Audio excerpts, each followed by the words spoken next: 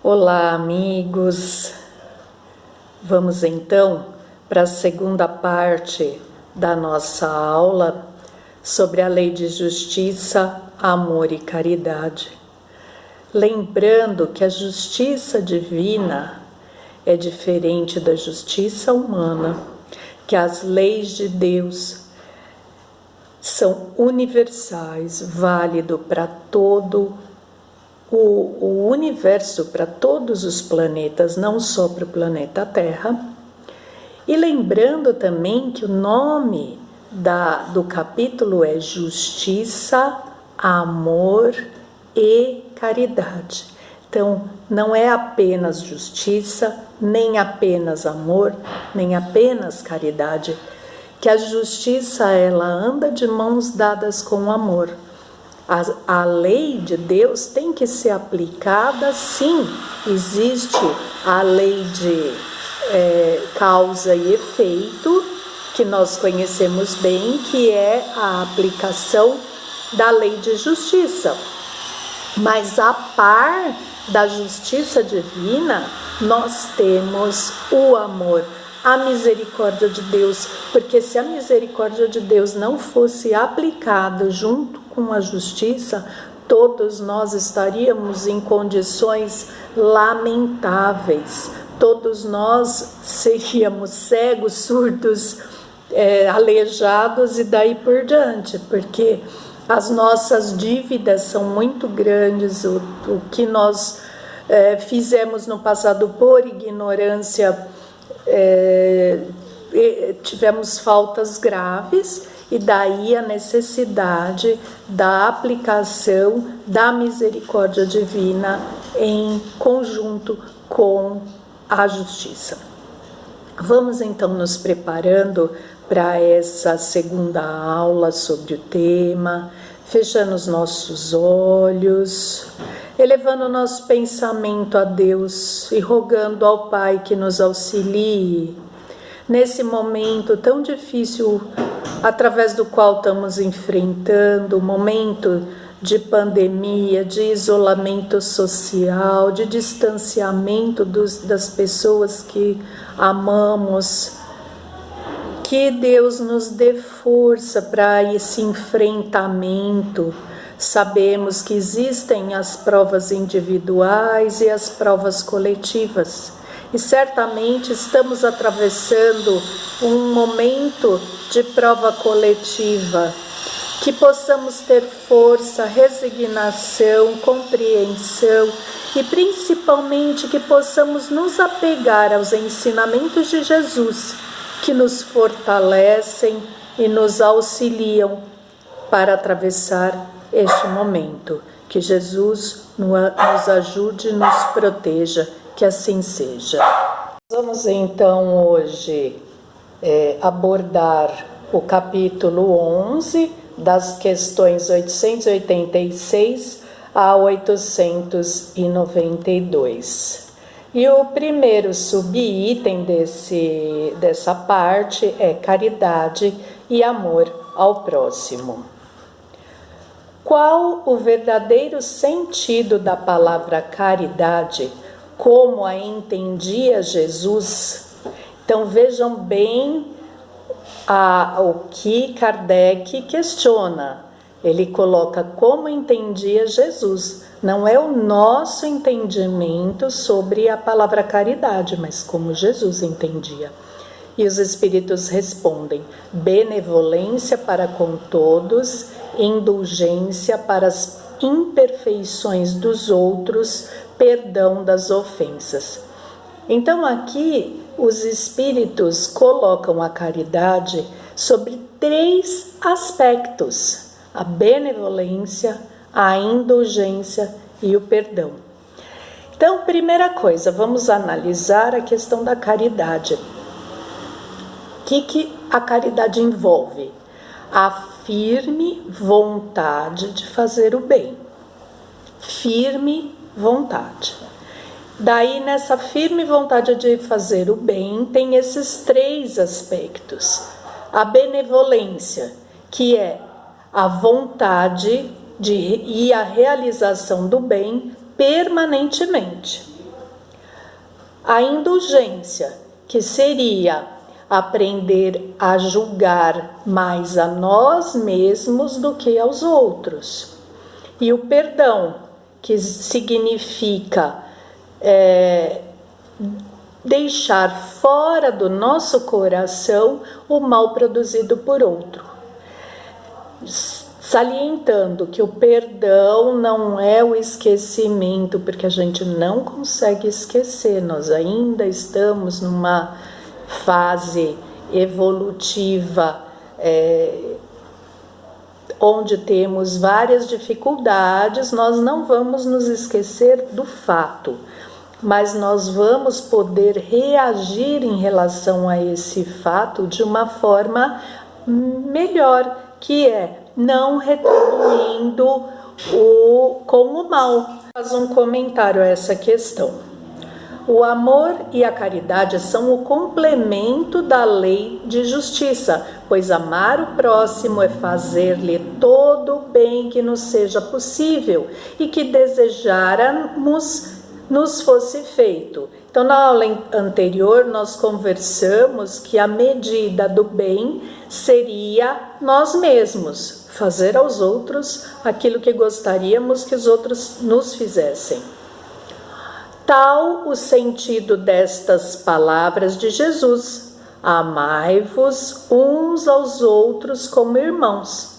A caridade, segundo Jesus, não se restringe à esmola, e Kardec vai falar sobre a esmola daqui a pouco. Ainda nesta aula nós abordaremos, tem uma pergunta sobre isso.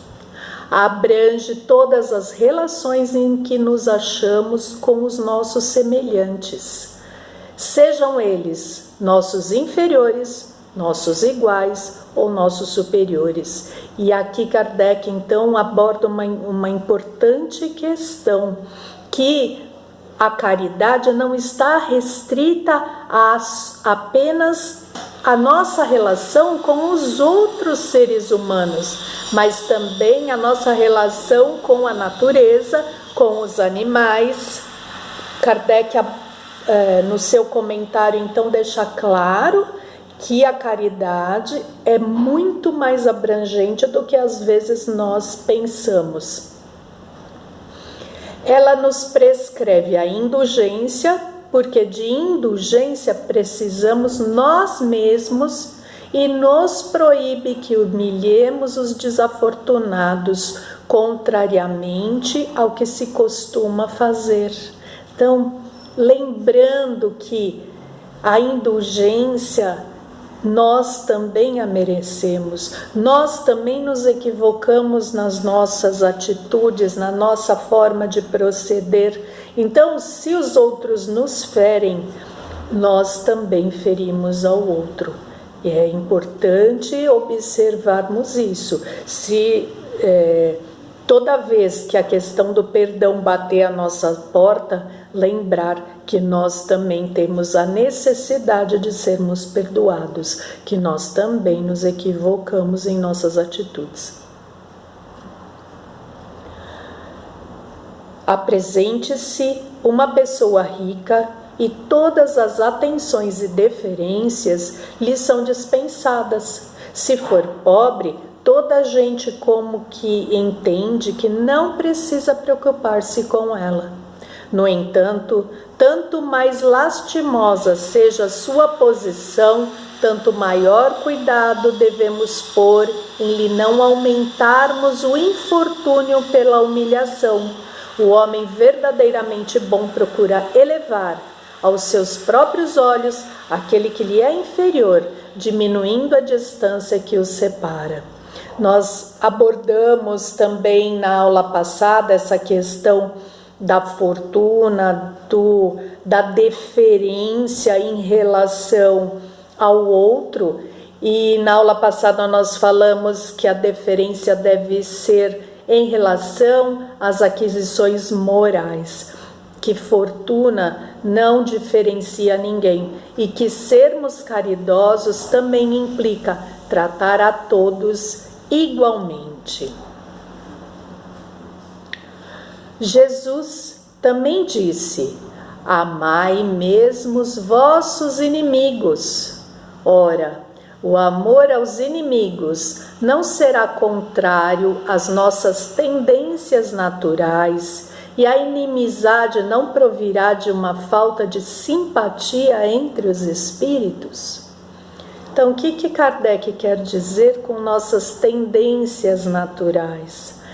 Ele está querendo abordar a questão do instinto, aquilo que já vem conosco no momento da nossa encarnação, e que é aquela sementinha colocada por Deus quando nos fez, e que nós temos a obrigação de ir melhorando, que é o desenvolvimento das virtudes. Então ele está perguntando, o amor ao inimigo não é contrário a esse sentimento natural? Porque lembrar que esse sentimento natural está ligado à nossa sobrevivência, ao nosso bem-estar, que diz respeito também à manutenção da vida, que, como nós vimos na aula passada, é o bem supremo, é a primeira coisa a ser pensada e refletida, a manutenção da vida. Certo, ninguém pode votar aos seus inimigos um amor terno e apaixonado. Não foi isso que Jesus entendeu de dizer. Amai os inimigos é perdoar-lhes e lhes retribuir o mal com o bem. O que assim procede se torna superior aos seus inimigos, ao passo que abaixo deles se coloca quem procura tomar vingança. Então, o que os espíritos estão nos aconselhando aqui? A não vingança.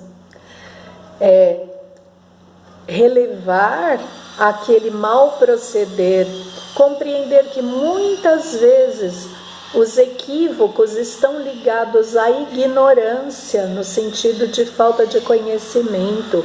Lembrar que fomos criados simples e ignorantes e que nem todos estão no mesmo patamar evolutivo. Às vezes aquele irmão nosso teve uma má atitude em relação à nossa pessoa por desconhecer a lei de Deus, por estar envolvido nas ilusões da materialidade. E quando nós levamos isso em consideração, fica bem mais fácil compreendermos as atitudes dos outros e não revidarmos. Então, essa é a o principal ensinamento que devemos levar em consideração. Nunca revidar. E, se possível, pagar com o bem o mal feito, que é aquela indicação de Jesus de dar a outra face. E a outra face não quer dizer, na medida em que eu recebo um tapa no rosto, eu dar o outro lado para receber outro tapa. Significa mostrar o outro lado da moeda. Significa mostrar que existe uma outra forma de reagir, uma outra ação a ser tomada. O que se deve pensar da esmola, que nós falamos há pouco, que Kardec traria uma pergunta a respeito da esmola. Vamos ver então o que os espíritos nos respondem sobre isso. Condenando-se a pedir esmola, o homem se degrada física e moralmente, embrutece-se. Uma sociedade que se baseie na lei de Deus e na justiça deve prover a vida do fraco, sem que haja para ele humilhação. Deve assegurar a existência dos que não podem trabalhar, sem lhes deixar a vida à mercê do acaso e da boa vontade de alguns. Então, olha a resposta que os espíritos nos dão a esse respeito, que deveríamos prestar atenção, ter mecanismos de auxílio a essas pessoas que estariam em condição de vulnerabilidade. Mas o que a nossa sociedade hoje faz? Normalmente, os mais poderosos exploram os vulneráveis para que eles se tornem cada vez mais ricos, pagando baixos salários, empregando as pessoas em condições de trabalho não satisfatórias. Então, essa é uma parte que precisamos ainda modificar e muito. Temos que ter mecanismos de auxílio sem que essas pessoas precisem viver da esmola. E os espíritos falam uma coisa muito séria, que o homem, ao ter que solicitar a esmola, ele se degrada física e moralmente. Olha que coisa séria e complicada, amigos. E aí Kardec, então, explora essa resposta dos espíritos perguntando: reprovais a esmola? Então, se a esmola degrada o ser, ela é reprovável, nós não devemos fazer isso? E aqui tem várias respostas de vários espíritos que não se nomeiam. A único, na última, que é São Vicente que nos fala, mas outros espíritos então respondem a respeito disso. Não, o que merece reprovação não é a esmola, mas a maneira por que habitualmente é dada. O homem de bem que compreende a caridade de acordo com Jesus vai ao encontro do desgraçado sem esperar que este lhe estenda a mão. Então, o que esse espírito está querendo dizer? Que devemos prestar atenção àqueles que estão à nossa volta, que ao invés de esperarmos que o outro nos peça, que nós vamos em direção a ele, nos endereçamos a ele, prestemos atenção, olhemos a essa pessoa e que tomemos o cuidado de não humilhá-la. A verdadeira caridade é sempre bondosa e benévola. Está tanto no ato como na maneira porque é praticado. Duplo valor tem um serviço prestado com delicadeza. Se o for com altivez, pode ser que a necessidade obrigue quem o recebe a aceitá-lo, mas o seu coração pouco se comoverá. Então é importante que, junto com o auxílio material, nós também estendamos o nosso auxílio em forma de sentimento, que busquemos nos envolver com aquele, sentimentalmente com aquele que está recebendo, que enviemos a esses irmãos boas vibrações juntamente com o auxílio material. Lembrai-vos também de que aos olhos de Deus a ostentação tira o mérito do benefício. Disse Jesus: ignore a vossa mão esquerda o que a direita der. Por essa forma ele vos ensinou a não tisnardes a caridade com o orgulho. Então, sempre buscar auxiliar de forma a não humilhar, a não ostentar o bem feito, a não tornar público, de preferência fazer o bem de forma a que não seja visto pelos outros. Deve-se distinguir a esmola propriamente dita da beneficência. Nem sempre o mais necessitado é o que pede. O temor de uma humilhação detém o verdadeiro pobre, que muitas vezes sofre sem se queixar. A este é que o homem verdadeiro humano sabe ir procurar sem ostentação. Então, olha que sério essa recomendação dos espíritos. que muitas vezes aquele que realmente necessita, ele tem vergonha, ele não pede. Então que nós devemos prestar atenção àqueles que estão ao nosso redor e socorrer ao necessitado.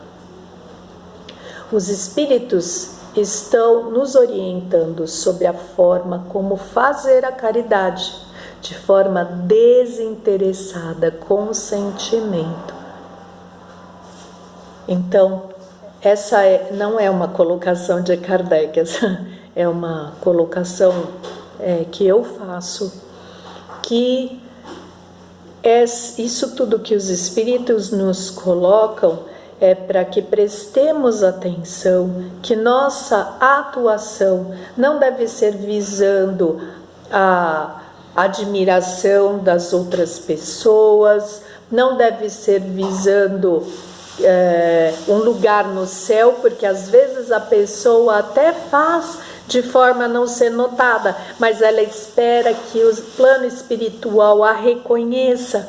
E muitas vezes nós falamos, estamos recebendo bônus hora.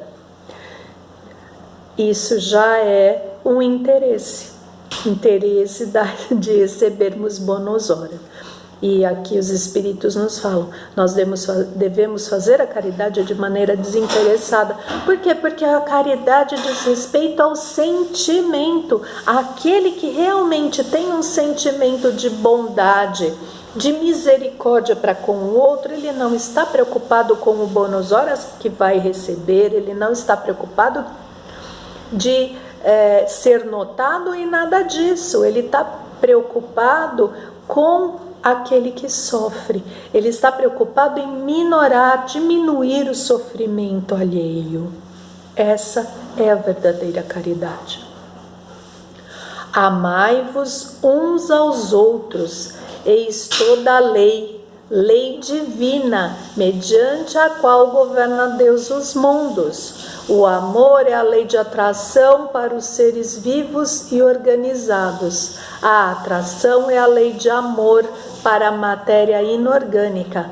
Então, lembrar que lá no Livro dos Espíritos 1 nós falamos sobre a questão da evolução, que os seres inorgânicos iniciavam a sua evolução através dos instintos, através da atração. Então ele está falando aqui que a atração é a primeira manifestação da lei de amor e que essa atração ela é feita ao treinamento lá quando ainda somos seres inorgânicos. E aí nós vamos evoluindo. Aí qual é a forma plena? Onde nós chegaremos? No amor desinteressado, naquele amor que busca colaborar com o outro, sem estarmos preocupados em termos nada em troca, sem nos preocuparmos nem ao menos de receber um muito obrigado. Então temos uma bela orientação de São Vicente de Paulo que nos diz: não esqueçais nunca que o espírito, qualquer que sejam o grau de seu adiantamento, sua situação como reencarnado ou na erraticidade, está sempre colocado entre um superior que o guia e aperfeiçoa e um inferior para com o qual tem que cumprir esses mesmos deveres. Sede, pois, caridosos, praticando não só a caridade que vos faz dar friamente o óbolo que tirais do bolso ao que vô-lo ousa pedir, mas a que vos leve ao encontro das misérias ocultas. Sede indulgentes com os defeitos dos vossos semelhantes, em vez de votardes desprezo e ignorância, e ao vício instruí os ignorantes e moralizai os viciados. Sede brandos e benevolentes para com tudo que vos seja inferior. Sede-o para com os seres mais ínfimos da criação e tereis obedecido à lei de Deus. Então aqui São Vicente nos dá uma indicação preciosa, que devemos prestar atenção que nós estamos no meio, que acima de nós há aqueles espíritos que já percorreram o caminho da evolução espiritual e que já conquistaram várias virtudes, que estão acima de nós e têm condição espiritual de nos auxiliar nas nossas necessidades, mas que existem aqueles que estão abaixo de nós, aqueles que estão ainda percorrendo aquele caminho através do qual nós já passamos, e que então a nossa posição é de dar as nossas mãos para aqueles que estão acima de nós, para que eles nos auxiliem, e as nossas mãos para aqueles que estão abaixo de nós, para que possamos auxiliá-los. Lembrar que nosso planeta, nosso orbe, existe uma escala imensa de espíritos em graus diversos, evolutivos, uma diversidade imensa de graus evolutivos, quero dizer, e que cabe a nós não só solicitar o auxílio do plano espiritual, mas estarmos atentos quando temos condições de auxiliar aqueles que ainda estão em situação evolutiva inferior à nossa. Isso é também caridade. E as outras colocações que São Vicente de Paulo faz, nós até já abordamos, né? Ser indulgentes, prestar atenção a todos aqueles que estão ao nosso redor, prestar atenção àqueles que possuem vícios, que possamos ter uma atuação a nível de moralizá-los. E aqui também quero abrir um parênteses, que moralizar não significa ficar falando, dando lição de moral, mas prestar atenção que a moralização se dá através do exemplo. Se queremos moralizar alguém, se queremos mostrar uma nova forma de agir, devemos prestar atenção na nossa forma de agir, porque através do exemplo, como já dizia Paulo de Tarso, o exemplo arrasta.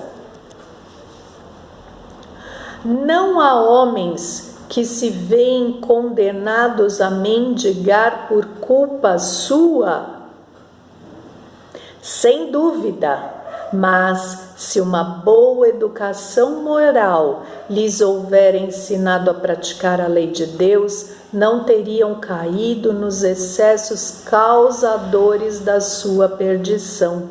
Disso, sobretudo, é que depende a melhoria do vosso planeta. Então, não nos esqueçamos que existem pessoas que foram levadas a mendigar porque elas têm preguiça, elas são imprevidentes, utilizam mal os recursos materiais, são indolentes. Isso nós não podemos negar. Tá no mundo para que possamos ver, existem essas pessoas, sim. Mas os espíritos nos falam que esses vícios estão ligados à educação moral, que muitas vezes ficamos preocupados com as questões materiais, mas deixamos escapar a questão moral, a educação moral. E Kardec vai falar isso mais à frente com relação à questão familiar. Então, não vou entrar muito nesse mérito para que, chegada a questão, eu não tenha atropelado, já falado antes os conceitos que a questão vai tratar.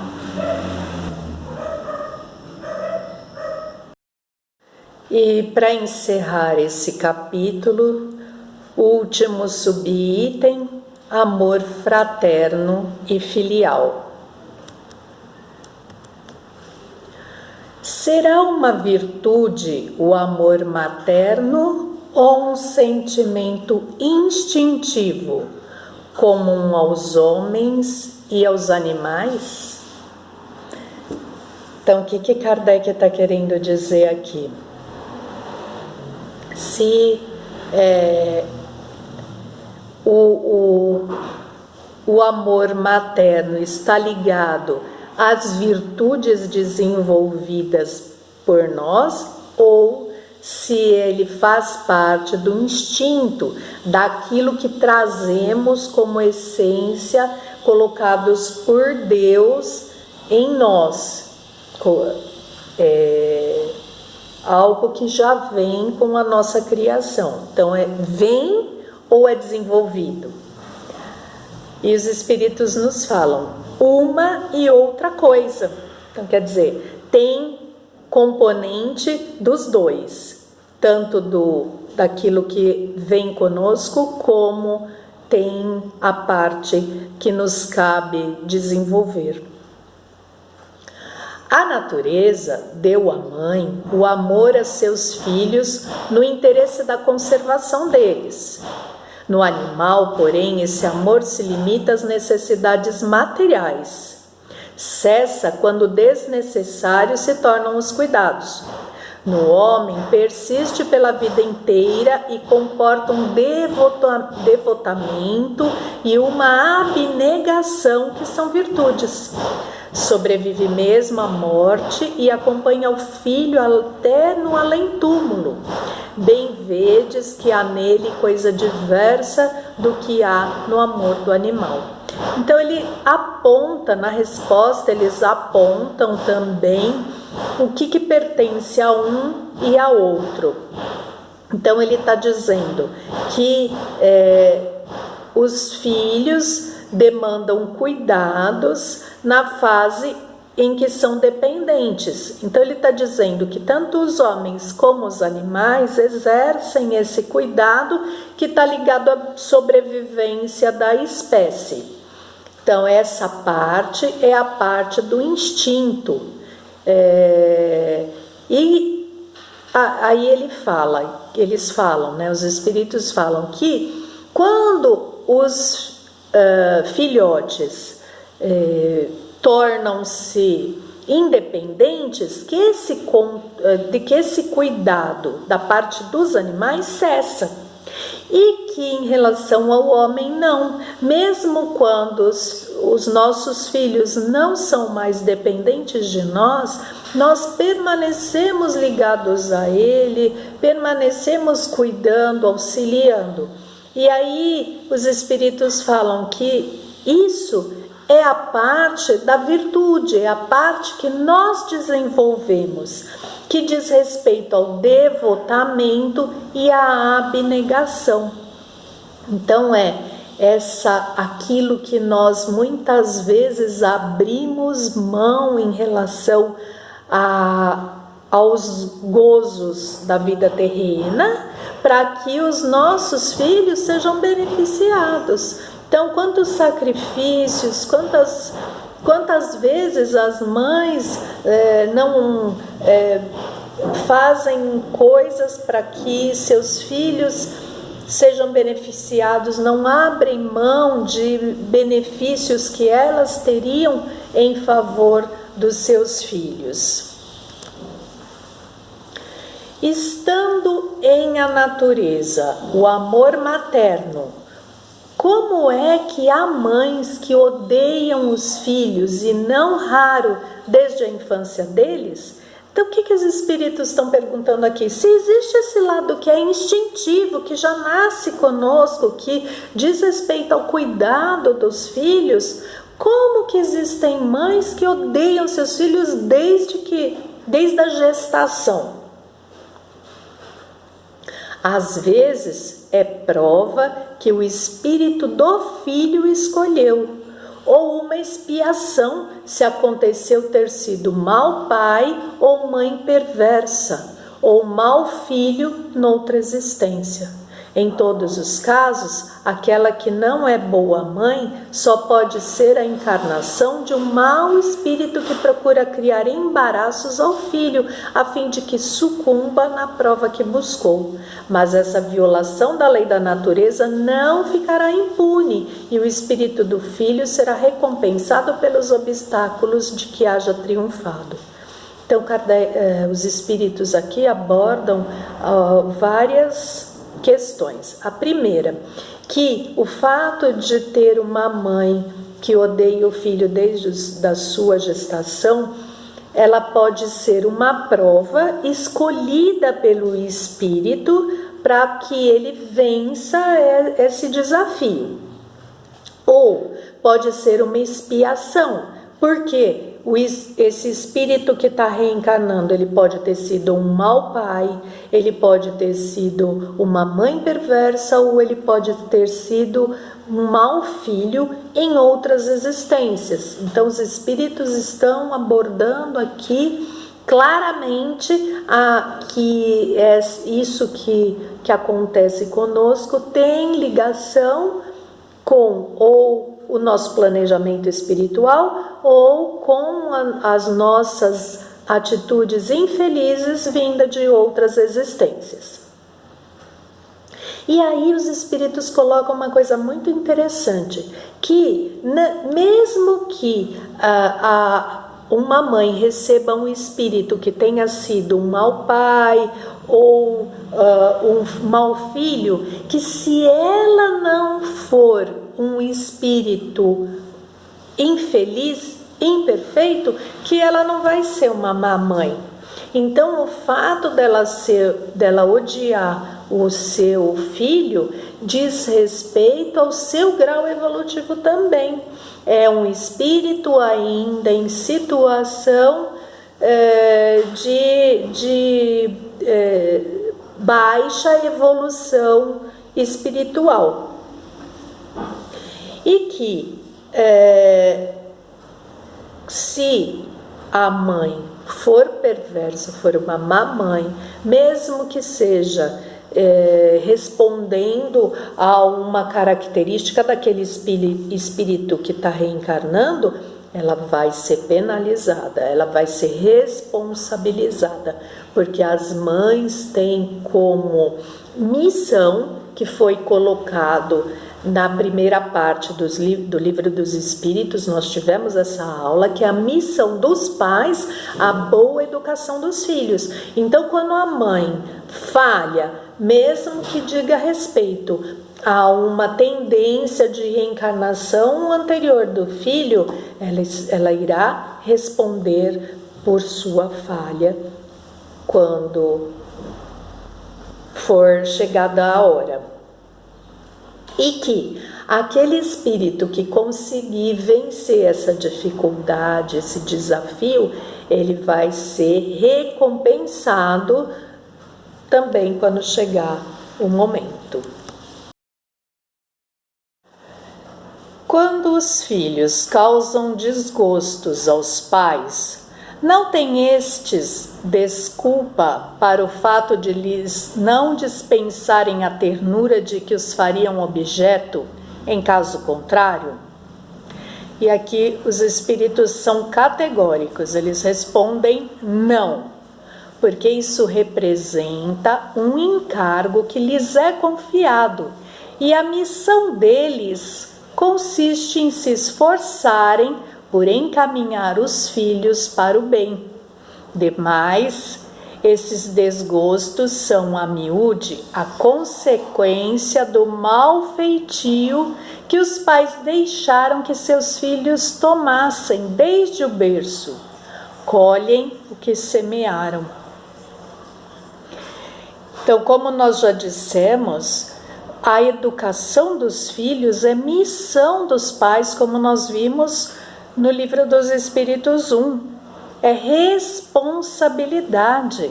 E aos pais cabe fazer de tudo para que essa missão seja bem alcançada. Alguns pais se preocupam em demasia com coisas materiais. Então dão boas escolas, boa alimentação, lazer, iPhone, iPad, tudo, e esquecem-se da educação moral dos filhos. E a educação moral se dá através do exemplo. Não adianta ficar falando na cabeça dos filhos. É o exemplo.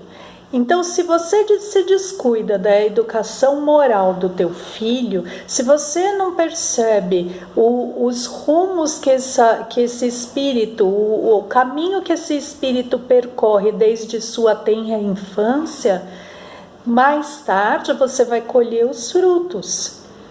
Lá no primeiro capítulo ainda Kardec nos fala que nós temos que prestar atenção às tendências que os nossos filhos têm desde bebezinho, porque nós temos ascendência sobre eles até determinada idade. Até os 7 anos é quando a ascendência dos pais é maior. Após esse período, o espírito que habita aquele corpo vai se colocando cada vez mais, e a ascendência dos pais sobre aquele espírito vai diminuindo. Então é importantíssimo que prestemos atenção às nossas crianças, observemos o seu caráter e comecemos a agir desde cedo. Nada de achar bonitinho aquilo que os bebês fazem, porque não é bonitinho. É responsabilidade do pai a educação.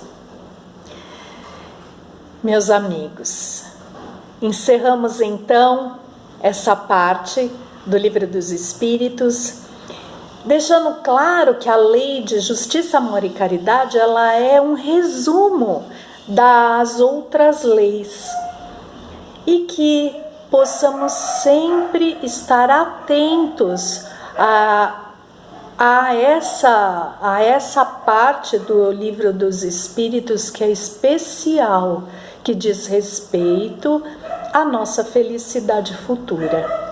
Que possamos, meus amigos, introjetar esses ensinamentos e transformá-los em ação. Muita paz a todos.